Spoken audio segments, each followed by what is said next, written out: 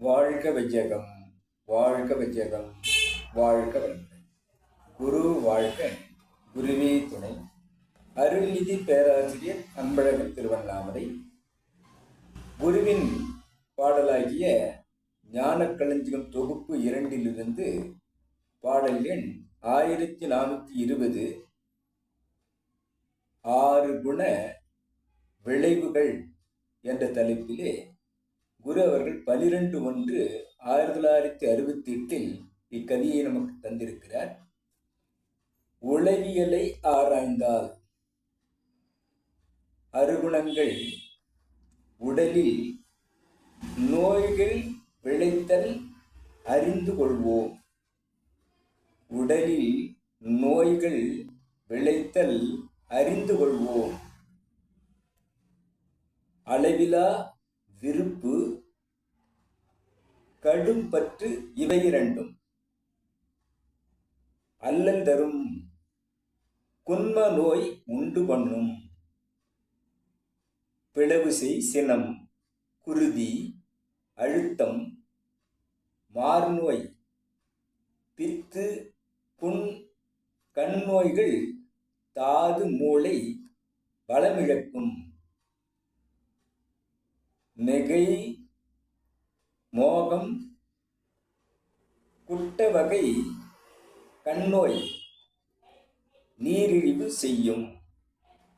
வஞ்சம், உள அமைதி, உடல் வலிவு போக்கி மார்நோய் உண்டு பண்ணும். தொடர்ந்து நோய்களை பலவும் நம்முள் காட்டிக்கொண்டே இருக்கும் என்பதாக இக்கவியை நமக்கு தந்திருக்கிறார். ஆக 6 தீய குணங்கள் நமக்குள் தரும் தீய விளைவுகளை குரு அவர்கள் விளக்குகிறார்.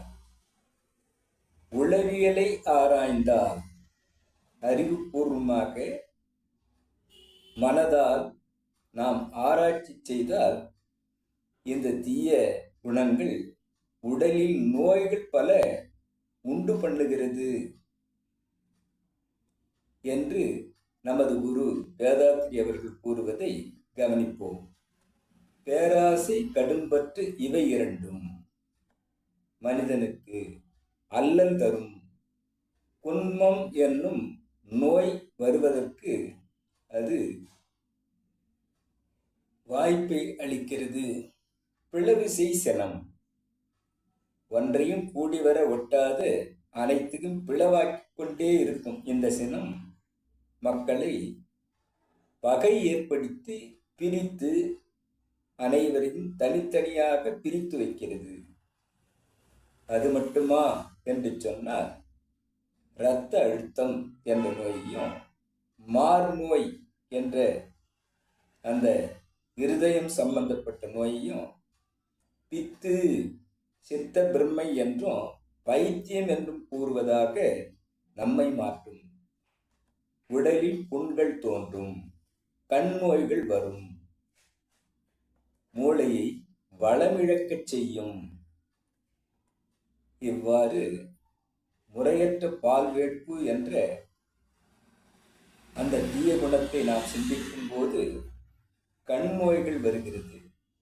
நீரிழிவு நோய் என்று சொல்லக்கூடிய சக்கரை வியாதியை உண்டு பண்ணுகிறது. எவ்வாறு இருக்கக்கூடிய இவை போக இன்னும் இருப்பு கட்டி சினமான அந்த வஞ்சம் உள அமைதி, உள்ளத்தினுடைய அமைதியை கெடுப்பதோடு உடல் வலிவை போக்கி விடுகிறது, மார்நோயை தந்து விடுகிறது.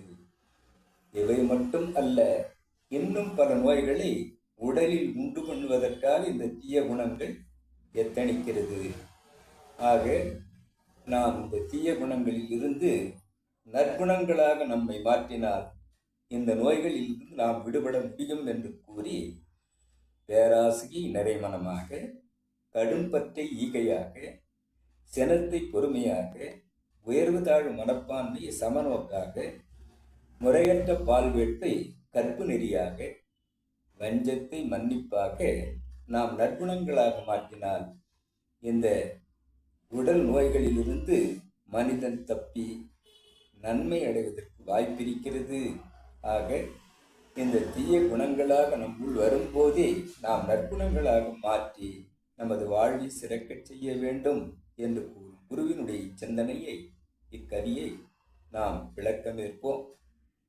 நம் வாழ்விலே வெற்றி, மகிழ்ச்சி, மனநிறைவு கொள்ள இந்த விளக்கத்தின்படி நாம் மாற்றி வாழ்வை சீர் செய்வோம். கவி தந்த குருவுக்கும் என்னுள் விளக்கத்தை ஏற்படுத்தி இறைநிலைக்கும் இதுகாரும் செவிமடுத்த அனைத்து அன்பு உள்ளங்களுக்கும் நன்றி, நன்றி, நன்றி. வாழ்க வளமுடன் என வாழ்த்தி நிறைவு செய்கிறேன். வாழ்க வளமுடன்.